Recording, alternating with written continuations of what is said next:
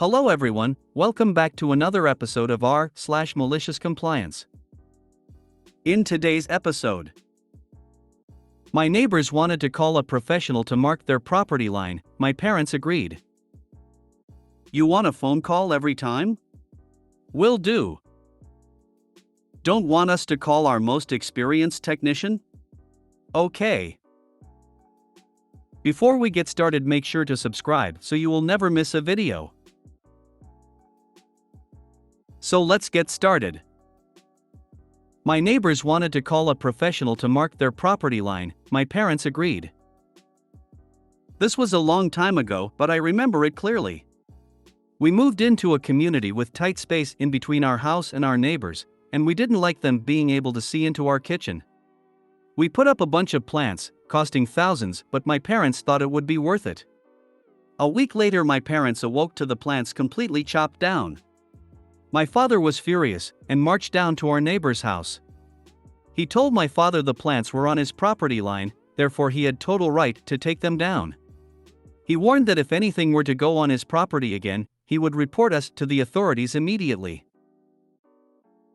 Later that day, my father called the company that put in the plants, and with the warranty, we could have them replanted next week for no charge.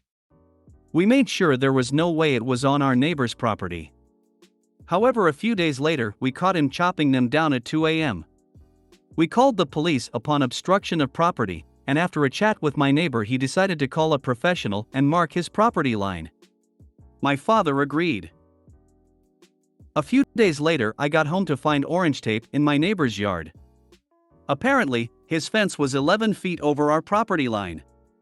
We watched as he took down his fence, completely furious. Within the next month, we were enjoying our new space and privacy in our backyard, and my neighbor ended up losing 1/4 of his backyard. My neighbor ended up having to pay almost $10,000 for the destruction of our property, and we got to plant our plants again. That surveyor deserved a tip for providing that orange banner of victory. The kind of tip where you invite them to the celebratory "we have a bigger backyard" barbecue. Something similar happened to my parents last year. New neighbor bought the house beside ours, started doing rentals without permits, but that's a whole other story, and complained that our fence was on his property, and that the new stone walkway leading to the back my stepdad had built the previous summer needed to get dug up and removed along with the fence. My parents tried to reason with him, explaining that all the landlines in the area are all crooked, and that everything had been this way for 30+ years without issue. He wouldn't hear of it and insisted on the removal, so my mom called the city and requested a new eval after fighting with this guy for months. Turns out, not only was the fence on our land, but his new one was on ours as well. His back fence was on the land of the backyard neighbor, and same on the other side. My mom got the 3 other houses that bordered his to all get evals as well, so in the end he lost almost half his yard to the surrounding houses. Justice is so very sweet. When I first got out of high school, I worked for a land surveyor. This kind of dispute is very common. We had lots of cases where we would have to testify in court, and often a homeowner would be out pulling our locating pins out of the ground nearly as soon as we'd put them in. I told one guy, "It's fine, the ones that the town put in are still there, we can always put ours back." Next thing you know, he's out digging up the granite monument in the street. The police have no sense of humor about that. Defacing land survey monuments is technically a federal crime. If you do it accidentally, it isn't usually a problem, but intentionally ripping out monument stones? I'd imagine the police were indeed not amused.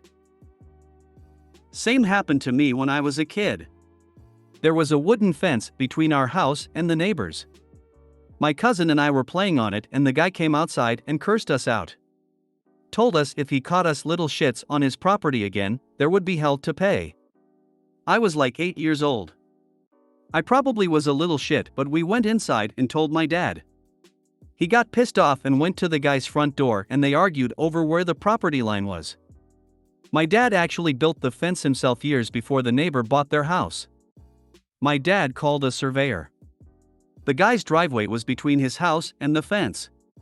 The property pin was buried about a foot into the guy's driveway. My dad moved the fence the following weekend. The guy couldn't use his driveway.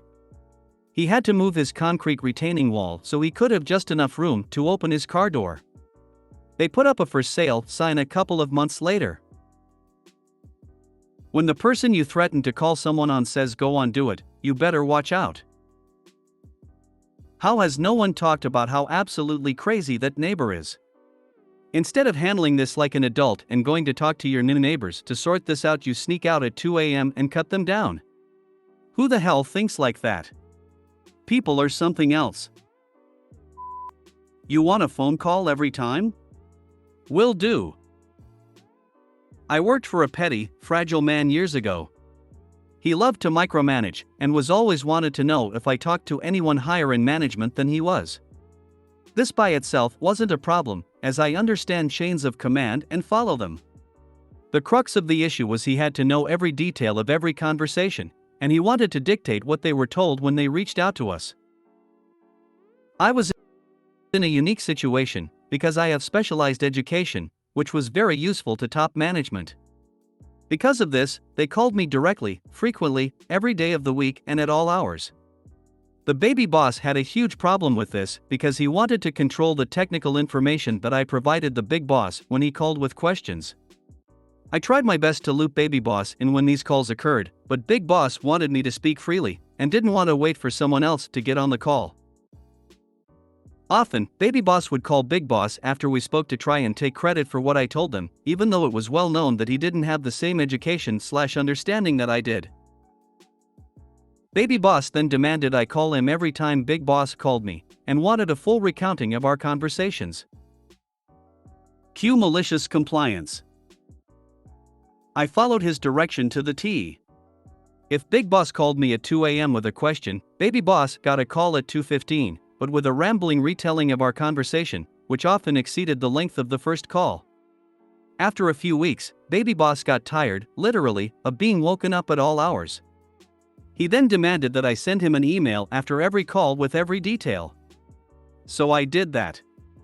I created these emails that would rival a high schooler who had an assignment with a minimum word count. I'd sprinkle the important information in between long, flowing sentences so he was forced to read the whole thing if he wanted to know what I really spoke about. This ultimately resulted in baby boss relenting and just asking for a brief recap in person during the next business day. Soon after, the budget people were very concerned about why I had huge amounts of overtime at odd hours, and I explained the direction I was given. Baby boss was eventually disciplined and was forced out, due in large part because of everything that happened with me. The fact that there were actual consequences for a jerky boss like this is oh so satisfying. Usually these petty tyrants just keep plodding along making their minions, no doubt that's how they see the people that report to them, miserable. Thanks for a tale of justice. Insecure people lose their jobs. Smart people train then trust the people they supervise. Always train your replacement. If you can't be replaced, you can't be promoted. If you can't be replaced, you don't need to be promoted. You can be where you are demanding more pay without being bothered with more responsibility/work. Good on you for billing those hours. Too many people would just call and count that as petty revenge. If it ended at the original phone call, I probably would have just let it go, but once he demanded to know everything, I wasn't about to do hours of work for free. Why are you taking calls at 2 a.m. in the morning? If my boss called me at 2 a.m., the office better be on fire where she is phoning to let me know that the zombie apocalypse has started and I can have the day off. Chances are that baby boss was simply insecure, but there's always the possibility that he just wanted to know what was going on in his department. Nothing worse than sitting in a management meeting and being asked questions about projects that started without your knowledge. In my company, that usually comes from sales or marketing trying to get some work done off the books, which of course throws authorized project off schedule and screws up my department budget. Don't want us to call our most experienced technician? Okay. I work in a manufacturing facility. We had a technician that knew almost everything about our machines. How to fix them, troubleshoot them, and all their weird quirks. When other technicians struggled to find the problem, he came through and saved a lot of downtime, up to hours per shift. He moved to a different department with slightly different hours for personal reasons. Understandable. He's still there 6 hours during our shift, so he's well within reach if things need to escalate. So he told my boss and I, if a machine is ever down for longer than an hour, call me. One day, our technicians couldn't find the root cause of a problem. An hour passed and I called him on the walkie. Then I got a message from the technician's boss, who I really enjoy working with, asking that I not call this technician over from his department because of morale reasons. You got it, technician boss. So now whenever we have a problem on a machine, it will be down for as long as it takes until it gets fixed or passed down to the next shift, which has engineers and more support staff on call. Sounds about right. I was that guy at my previous job. When I gave my 2 weeks, they were like, good luck. They'd had me back twice cause no one could figure shit out and called me 4 other times to come back. The last time I told them to stop calling me cause I was never coming back. How much are you billing as a consultant to them? If you always rely on the most skilled technician, your other techs will never rise to that level of knowledge. Choosing the shortest path may save a little time now, but it costs you in the long run. Make the less skilled folks figure it out for themselves. Or you could have the skilled tech actually teach the less skilled techs the process, and everyone gets the knowledge a lot sooner. Maintenance management is what I do for a living. I would never allow my department to get like this. If there are people who are not trained, leadership needs to get them the training. I would never allow my main tech to work alone. He'd have a new guys with him learning every time he was working. Barring that, I would have him work with me on a training program and hit him with a bonus for it as well as recognition, his name on the program. Reading this was painful for me. There are so many ways to fix the issue.